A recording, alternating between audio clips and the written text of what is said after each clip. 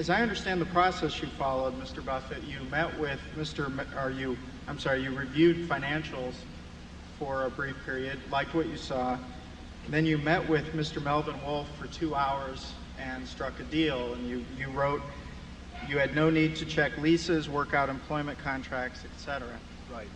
I think that most companies, when they do acquisitions, would feel the need to do a significant amount of legal due diligence, to do things like check the leases, check into things like undisclosed environmental liability, or perhaps threaten litigation. Have you ever been burned by your approach?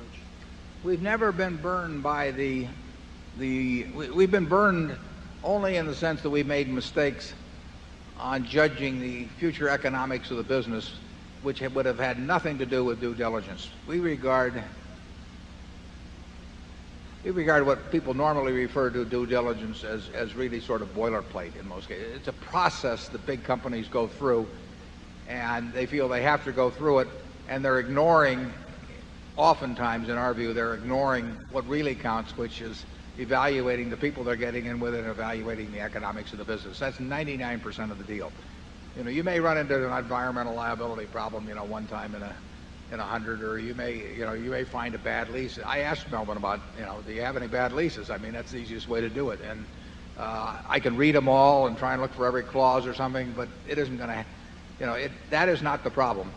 We've made lots of bad deals. We made a bad deal when we bought Hochschild Kohn, for example, a department store operation back in 1966.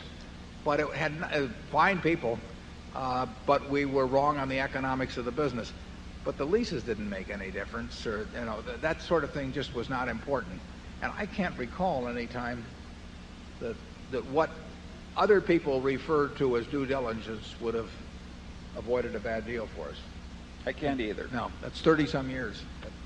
And the key thing, you just don't want to do. I'm on various public company boards. I've been on 19 public company boards, and you know, their idea of the due diligence is to send the lawyers out and have a bunch of investment bankers come in and make presentations and all that. And I regard that as terribly diversionary, because the board sits there, you know, entranced by all of that, and everybody reporting how wonderful this thing is and how they've checked out patents and all that sort of thing. And nobody is focusing really on where the business is going to be in 5 or 10 years. And you know, business judgment about economics and people to some extent, but the business economics, that is 99% of deal making, and the rest, people may do it for their protection. I think too often they do it as a crutch, just to go through with a deal that they want to go through with anyway. And of course, all the professionals know that. So believe me, they come back with the diligence, whether due or not. And we are not big fans of that. I don't know how many deals we've made over the years, but I cannot think of anything that traditional due diligence has had a thing to do with. And no, we've had surprises on the favorable side a couple of times. That is true. That is true. The kind of people that we've generally dealt with have usually told us the bad things first and good things after we made the deal.